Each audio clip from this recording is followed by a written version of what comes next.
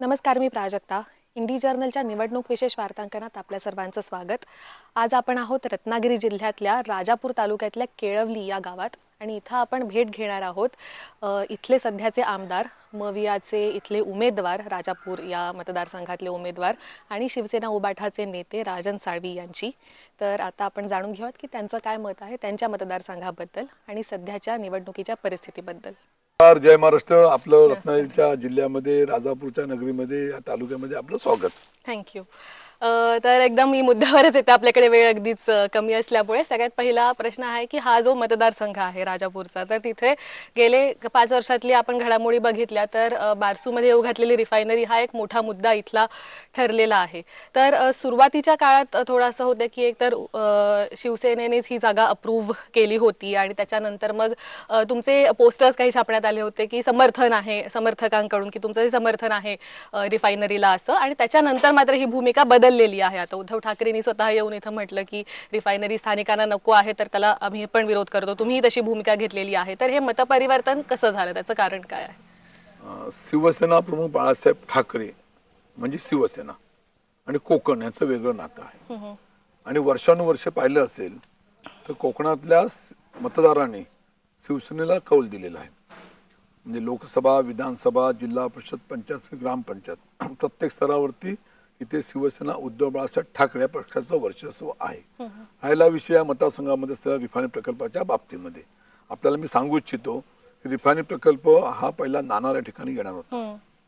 तिथे स्थानिकांचा विरोध असल्यामुळे त्या ठिकाणी उद्धव साहेबांनी, मला वाटतं तेव्हा देवेंद्रजी मुख्यमंत्री होते, महाराष्ट्रामध्ये युतीचं शासन होतं, तर 2019 सालच्या प्रचाराच्या आदल्या दिवशी वेळी त्यांनी ते GR काढला आणि तो नानाचा प्रकल्प रिफायनरीचा रद्द केला.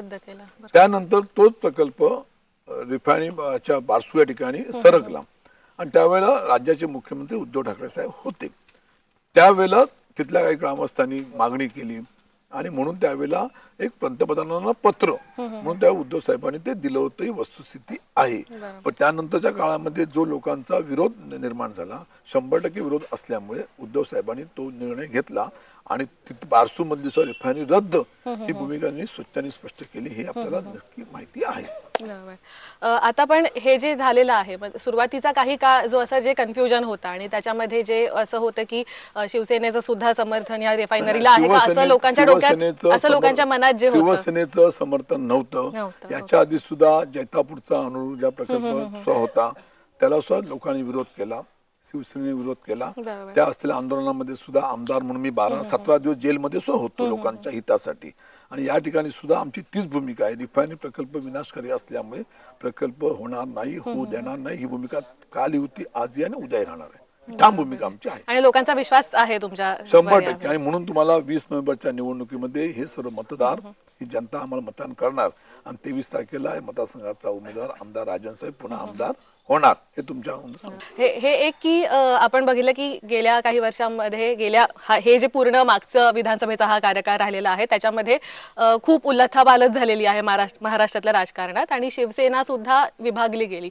मात्र तुम्ही उद्धव ठाकरेंसोबतच राहिलात आणि मुख्यमंत्री एकनाथ शिंदे यांच्यासोबत जे अनेक आमदार गेले त्यांच्यासोबत तुम्ही नाही गेलात. तर त्याच्या मागचं कारण काय होतं? याचा अर्थ असा आहे की आम्ही गेली 40 वर्ष शिवसेनेचं काम करतोय.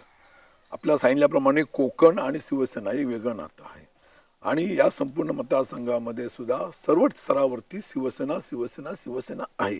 आणि वैयक्तिक राजन साळवी हे नावाला किंमत शून्य आहे, पण माझ्या पाठीशी शिवसेना प्रमुखांचे आशीर्वाद होते. माझ्यासारखा एखादा सामान्य शिवसैनिक, नगरसेवक, नगराध्यक्ष, शिवसेना जिल्हा प्रमुख 3दा आमदार होऊ शकला. हे लोकांचं कर्ज माझ्या खांद्यावरती असल्यामुळे मी मरेपर्यंत या जनतेबरोबर राहणार आणि शिवसेना उद्धव बाळासाहेब ठाकरे यांच्यासोबत राहणार. मी त्यांच्यासोबत न गेल्यामुळे सुद्धा माझ्यावरती अँटी करप्शनची चौकशी लागली.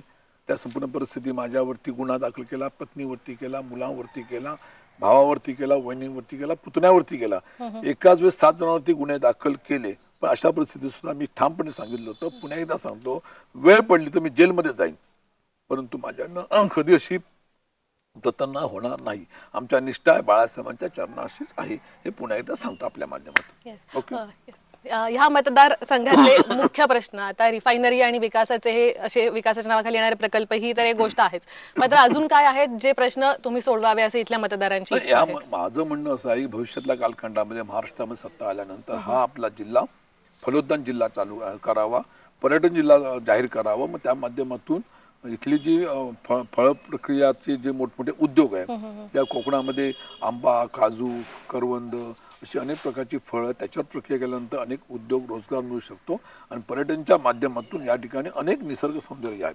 आज लांजा तालुक्यामध्ये माचासारखं एक पर्यटन स्थळ होऊ शकतं, भविष्यामध्ये मिनी महाबळेश्वर होऊ शकतं. धबधबे आहेत, अनेक मंदिरं आहेत. अशा तऱ्हेच्या माध्यमातून हा संपूर्ण जिल्हा बरोबर आमचा हा तालुका मतदारसंघ हा पर्यटन आणि रोजगार याच्याकडे पुढे जावा अशी माझी अपेक्षा आहे. ओके. तर हे होते राजापुरातून राजन साळवी. इंडी जर्नलने रत्नागिरी जिल्ह्यातल्या इतरही भागांमधनं असे अनेक इंटरव्ह्यूज केलेले आहेत, रिपोर्ट ताज केले आहेत. फक्त रत्नागिरीच नाही तर राज्यभरात वेगवेगळ्या ठिकाणांवरून आम्ही निवडणुकीचीही कव्हरेज घेऊन तुमच्यापर्यंत येत आहोत. त्याच्यामुळे हे चॅनल नक्की सबस्क्राईब करा, हा व्हिडिओ लाईक करा, शेअर करा आणि पाहत रहा इंडी जर्नल.